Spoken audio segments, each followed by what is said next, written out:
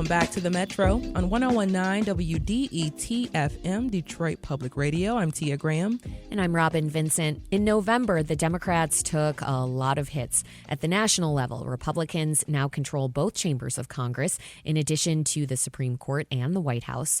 In Michigan, the bleeding wasn't as bad, but Democrats did lose the state house, and many claim they missed a lot of opportunities during November's lame duck session. Now, losses, they can be painful, but they're also an opportunity to do something differently, a chance to win back power. And thus far, Robin, Democrats have been positioning themselves as a party of collaborators. This seems especially true after Governor Gretchen Whitmer went to the White House on Saturday to, quote, find common ground. Building trust with Republicans seemed to be a part of the plan. But what are Democrats' overall goals? What are the lessons they think are most important to take from their losses? To discuss this now, we have Curtis Hertel Jr. here. He's the new chair of the Michigan Democratic Party, a former state legislator and congressional candidate. Chair Hertel, welcome to the Metro. Thank you for having me on. Really appreciate it. Of course. And just to note, the Metro has contacted Michigan's Republican Party to speak with its new chair, State Senator Jim Runstad. We are currently working to get him on the program as well. So starting with you, Chair Hertel, let's start here. Why did you want to be the Michigan Democratic Party chair? Well, I believe the Democratic Party is a force for good in the world. That's why I've given my entire life to running for office, using those positions to try to make people's lives better, and helping get Democrats elected, help take the state Senate back for the first time in 40 years. For me, we are at a really important time, and it means we need to rethink everything we do, how we organize, how we fundraise, how we communicate. Everything has to be rethought as we head into this next cycle, which will be a huge effect on people across the state. And Chair Hertel, Democrats still run the state Supreme Court, the state Senate, and the governor's mansion, but they did lose the state house. And just listening to you and talking about this, a new approach to things, why do you think that happened? Well, listen, I think that we obviously, the year turned out to not be what we would have hoped for. I think that's absolutely true. I do think that a big part of that is that Democrats have to remember who we are. We are a party of working people. And if we're not the party that's fighting for water affordability, if we're not the party that's fighting for affordable housing, if we're not the party that's fighting for wages and working conditions, if we're not that party, then there won't be a party in America fighting for those things. And so, I think that Democrats, when you look at our record, I mean, we passed the largest tax cut for working families in history in Michigan, brought 30,000 kids out of poverty. We ended the retirement tax. We expanded workers' rights. We had the largest investment in affordable housing in Michigan's history. But I don't think we talked about that on the campaign trail. And so for me, I think we got to get back to actually talking about the things and accomplishments that we have and make sure that workers understand that we're fighting for them every single day. And I think if we can get back to that agenda, if we can get back to that conversation, we'll do much better in the elections in 26. And, you're mentioning making some big changes. I know you are new to this role. What do you need to do to win back some of that power? What do you need to do in order to change that messaging a little bit? You just talked about it a little bit, speaking to those who are the working class. But, I know we've heard that in the past, but what does it really look like tangibly? So we got to get out actually on the ground. And so we need to hire more organizers. I think people are a little tired of us showing up in September and asking for their vote. We need to be part of that community, part of that conversation early on. And so, I'm going to launch a listening tour around the state to talk about a working families agenda, to listen to people. That's a big thing I think the Democratic Party needs to do better is have a willingness to listen to people, but really getting into those communities early and investing in organizers and conversations early. And so to me, it's just a matter of when I took over the state Democratic caucus, we were at 11 seats. We had less members than the Wu-Tang Clan.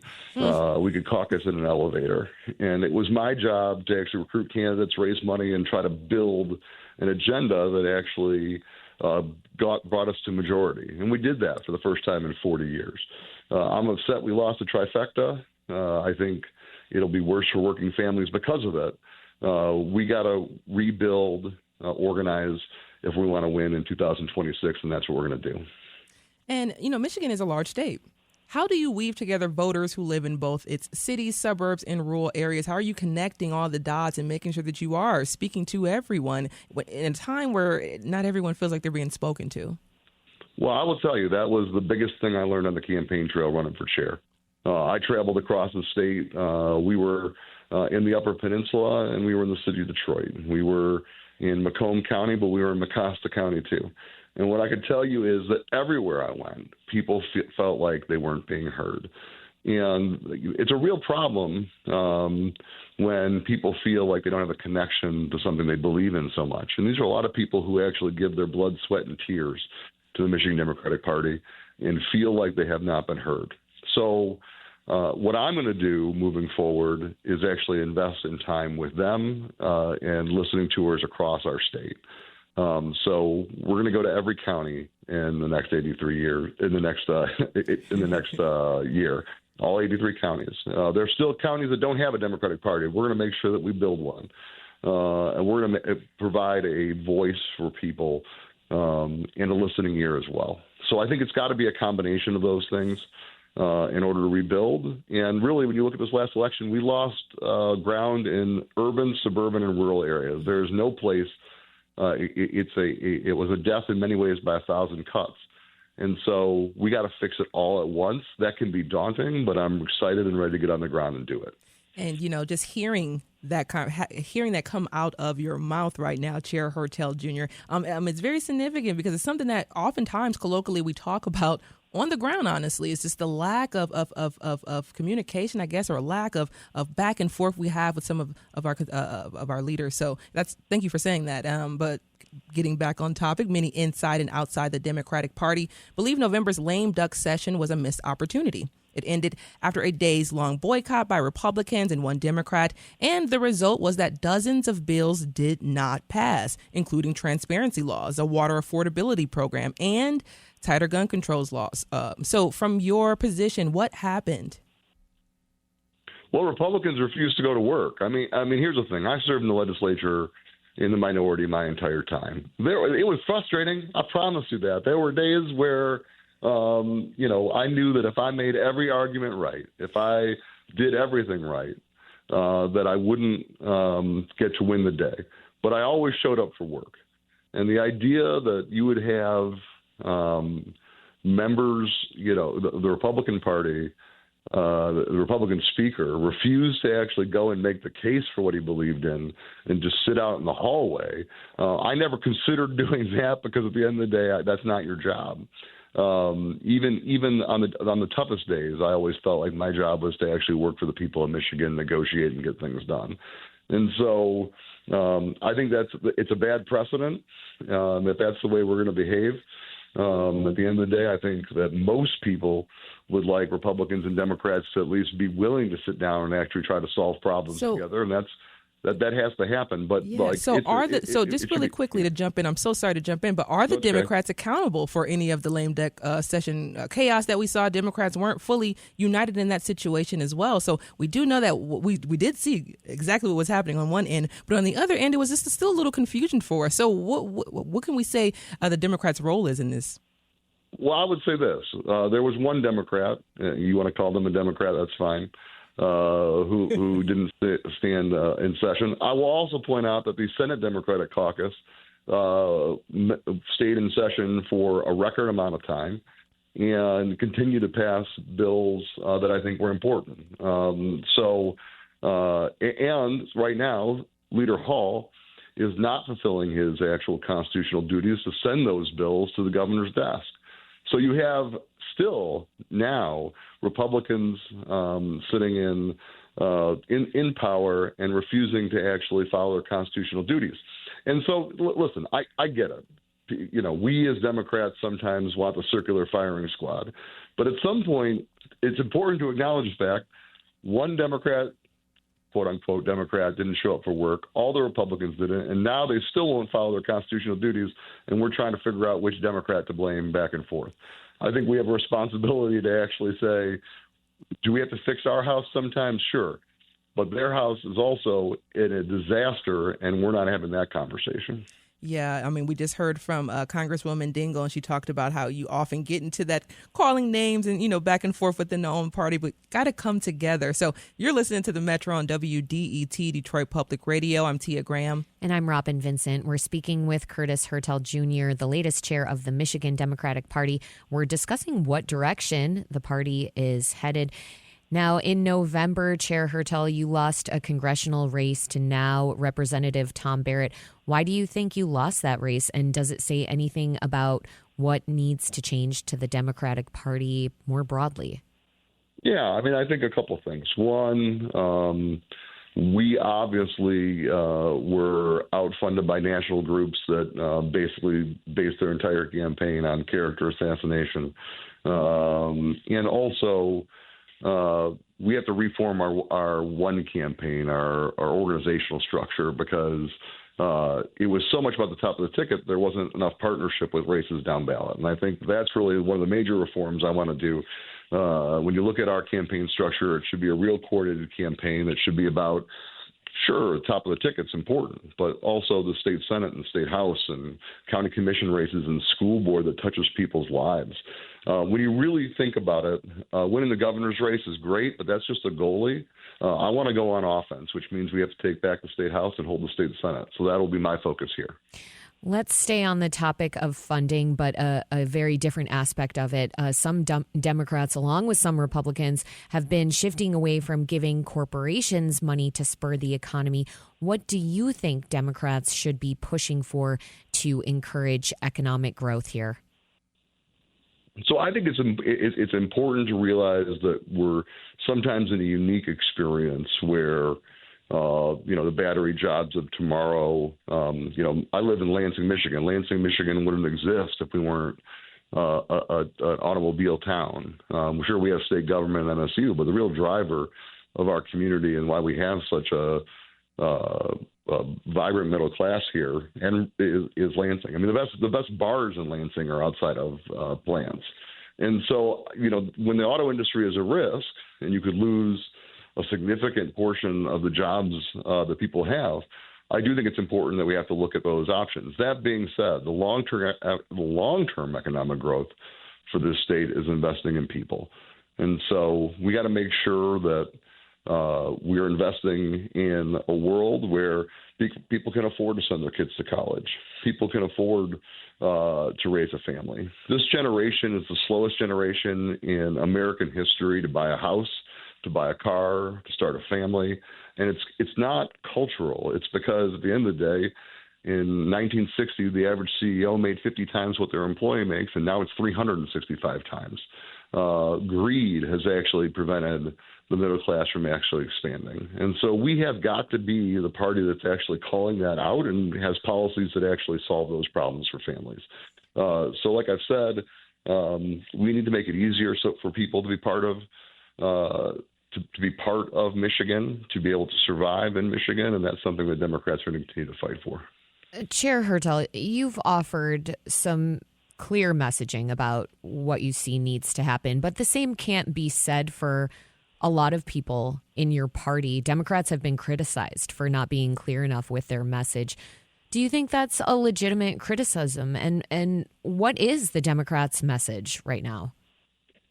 Well, if you're saying that we have to be louder, I don't disagree with that whatsoever. I mean, I would say that we launched in my chair's campaign, and something we're going to continue at the party, was a website for people to tell their individual stories about how the executive orders are affecting them. And I think it can feel like there's so much going on, and all the attacks on our economy, our attacks on federal employees, our attacks on veterans that you just heard about in your last call, that people can feel like it's overwhelming. I think the way we actually move back is to actually tell individual stories. I think sometimes people are sick of hearing from politicians. Sometimes I think it's actually individual people on the ground that actually make the difference. And so we launched that. We got amazing stories of people who are federal researchers that study cancer drugs and are going to lose their fellowships and maybe not even be able to go to school next year. Chair Hertel, business. forgive me for jumping in. Would you say that kind of messaging has been missing? I mean, is this the messaging you're talking about now? It sounds like it's not necessarily that it needs to be louder, but that it needs to be different. Listen, I'm a big believer that when you are trying to rebuild something, you have to think differently. So I do think this is different, and I think it's important. I think it's important that we amplify voices of individual people that have been affected, because in all honesty, this chaos of the Trump administration is affecting people's businesses. It's affecting people's jobs. It's affecting the way that people survive. And also, like I just said, the future of cancer research in America. So I understand that people feel like there's so much going on that it's hard to respond. We need to give them the tools to be able to do that. And that's why we're collecting these stories. Before we let you go, I know Michigan Democrats don't have much control over foreign policy, but the war in Gaza, which now has become a ceasefire, a fragile one at that, has attracted a lot of attention, and it's split a lot of Democrats in the state of Michigan. Do Michigan Democrats need a position on the war that's happened in Gaza and on the state of Israel that unites them together? So we put together a big coalition for this chair's race. I was endorsed by the Arab American Caucus and the Jewish Caucus, and lots of other organizations as well, the high school Dems, the college Dems, the Michigan Democratic Party Black Caucus, all of labor. But for me, what the Democratic Party has to be a place for is that people can disagree on issues and can still find the places where they do agree. And so we're a big tent. That's always going to be the case for the Democratic Party. I think where we failed is that that people didn't feel like we were a place where they could have those types of conversations. And at the end of the day, we have to be respectful of all the voices in the Democratic Party, and we need to be willing to listen. Curtis Hertel Jr. is the new chair of the Michigan Democratic Party. Chair Hertel, thank you for joining us on the Metro. Thank you very much. As we noted, the Metro is working to get the Michigan Republican Party chair, State Senator Jim Runstead, on the show. We hope that will happen this week.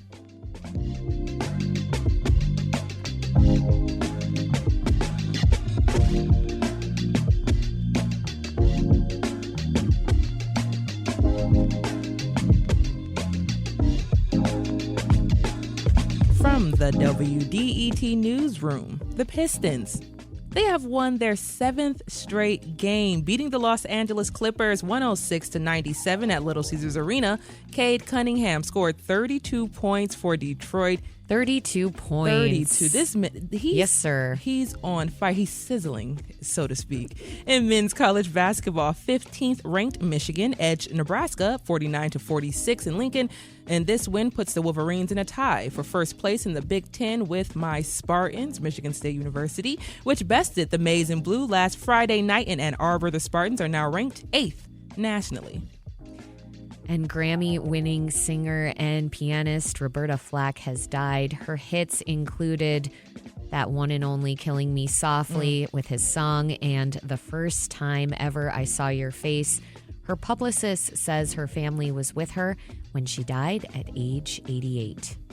You know, one of my favorite songs by her is It Feels Like a Time for Making Love. I believe that's the way it is. They used to play it on the radio late night in Detroit during the quiet storm times. And listen to Roberta Flack. I know, it was such a nice vibe. So, rest in peace to Roberta Flack and all the art she gave us. Coming up at 11, we're talking about the history of black leadership in Detroit, and we're asking whether the next mayor should be black. We want to hear from you. How vital is the race for Detroit's next mayor? Give us a call, 313-577-1019.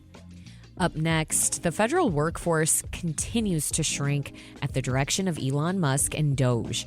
The Consumer Financial Protection Bureau lost 10% of its workforce last week.